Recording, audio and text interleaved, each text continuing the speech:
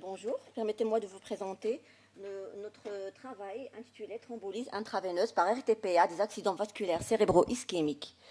L'avènement de la thrombolyse a révolutionné le traitement de l'accident vasculaire cérébral ischémique à la phase aiguë. L'objectif de notre travail est de rapporter notre expérience de thrombolyse en mettant le point sur les contraintes rencontrées et les mesures instaurées, telles que la réorganisation du plateau technique et la définition d'une filière courte de prise en charge afin de raccourcir le délai porte-aiguille. Donc pour cela, nous avons effectué une étude rétrospective sur dossier de patients présentant un AVC ischémique à la phase aiguë, thrombolysé par RTPA au service de neurologie du CHU Mohamed VI Oujda sur une période allant du mois d'août 2016 au mois d'août 2019.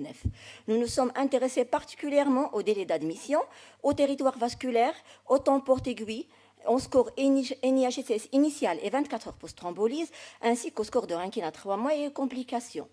Au total, sur une période de 3 ans, nous avons thrombolysé 91 patients, dont 23 au cours de la première année, 31 au cours de la deuxième année et 37 au cours de la troisième année, avec un âge moyen de 64 ans, des extrêmes allant de 24 à 89 ans et un sexe ratio estimé à 1/2.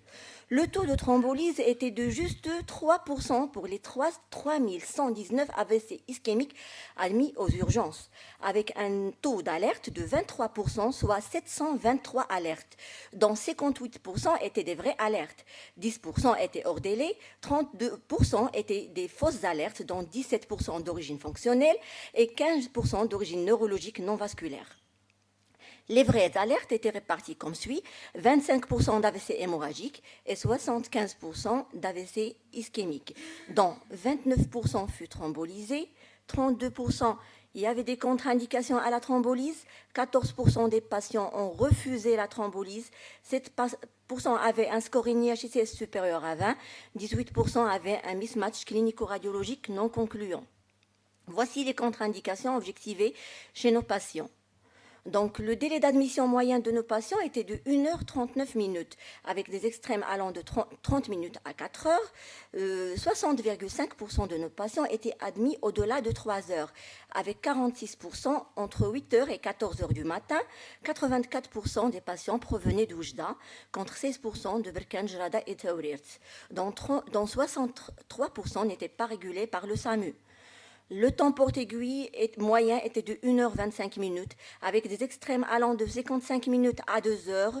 Les temps porte-aiguille les plus bas étaient objectivés du lundi au vendredi entre 9h du matin et 18h, alors que les plus élevés étaient objectivés le week-end et le reste des jours de la semaine au-delà de 18h.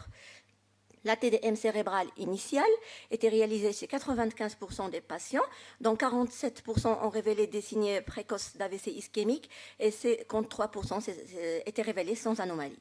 Le territoire carotidien était de loin le plus prépondérant, avec prédominance de l'artère cérébrale moyenne aux dépens du système vertébro-basilaire.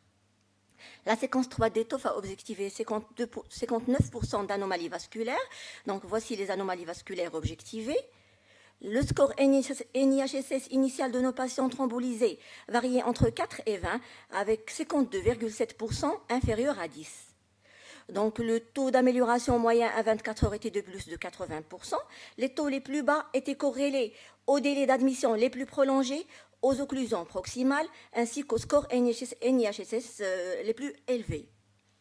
Le score de ranking modifié à 3 mois était entre 0 et 3, avec 68% à 0. Malheureusement, il y avait 2 cas d'hémorragie intracrânienne symptomatique et 2 cas de décès. Donc voici des exemples de patients thrombolysés à la base d'un mismatch clinico-radiologique concluant. Au total, le taux d'amélioration moyen à 24 heures de nos patients était plus de 80%, ce qui était tributaire de critères de sélection propres à notre jeune service, excluant tout patient avec un score NIHSS supérieur à 20 et tout patient avec mismatch clinico-radiologique non concluant. Par ailleurs, le taux de thrombolyse était très effondré, à 3%, ce qui était dû à l'incapacité des patients à reconnaître l'AVC ischémique, au manque de moyens de transport, ainsi qu'à la méconnaissance de la thrombolyse. Et enfin, le temps porte-aiguille était juste de 1h25, ce qui dépassait de loin l'objectif de 1 heure fixé par notre structure, ce qui était en rapport avec la réalisation systématique d'une TDM avant l'IRM encéphalique, ce qui était exigé par nos collègues radiologues, ainsi que du fait que le technicien d'IRM assurait serait juste l'astreinte. Merci pour votre attention.